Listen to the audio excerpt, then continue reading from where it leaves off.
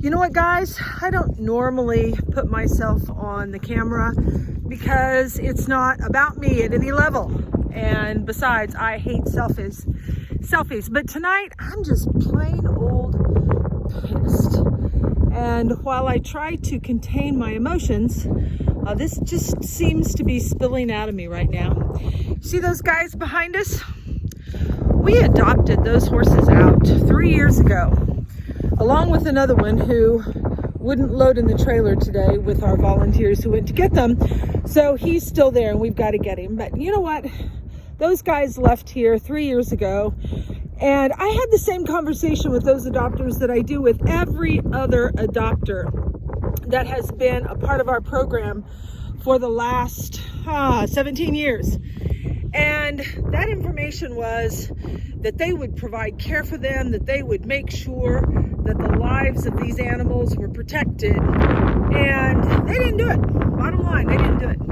Only by us riding their tails did we find out that they hadn't provided routine wellness care. This guy lost sight in his eye while he was gone.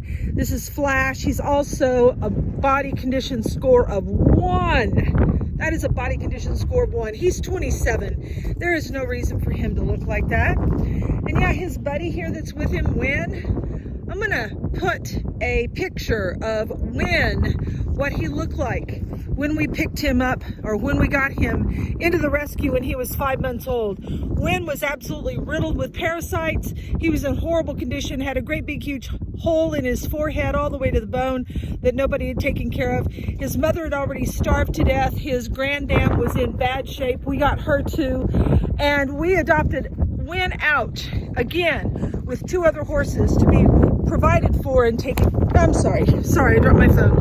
Provided for and taken care of. And yeah, Win looks good. He does. He's only roughly 12 years old. But he's also a little bit on the round side. Haven't messed with him much yet, but he remembers me, and that's a good thing. Don't you, Win? Yeah, buddy. Win Rishke is his name, and that is Indian for tall oak. And he has absolutely been through hell and back more times than one, and we are just so glad that we make a commitment to be a safety net for these horses. So when people bitch and moan about rescues putting contracts in place, and rescues maintaining ownership of their horses, and rescues providing contracts that require expectations be met regarding the welfare of their horses, this is why we do it. This is why, because even people who will sign our paperwork, people who will make commitments to my face and shake my hand about taking care of the horses that they adopt, will absolutely not do it. And it makes not an ounce of sense to me. These guys don't deserve what it is that happened to them. This guy in particular, we're gonna be spending hundreds and hundreds of dollars to bring him back to where he is in good condition.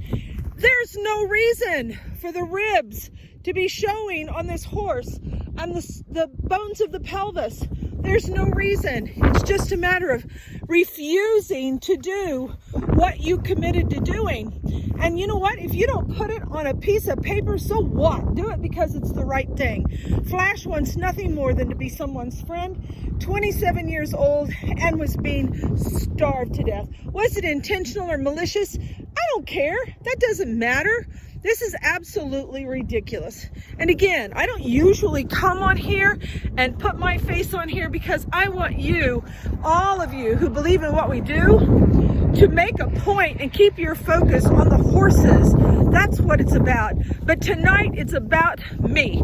It's about me because I'm ticked off, because I'm so disappointed that these horses that should have been taken care of per contractual agreement, let alone because it's the humane thing and the proper thing to do, were let down. And I'm feeling let down today. And when Hunter gets back, I'm going to share with you what's going on with him. I've been told that he can no longer retract his penis, and it's out 12 inches.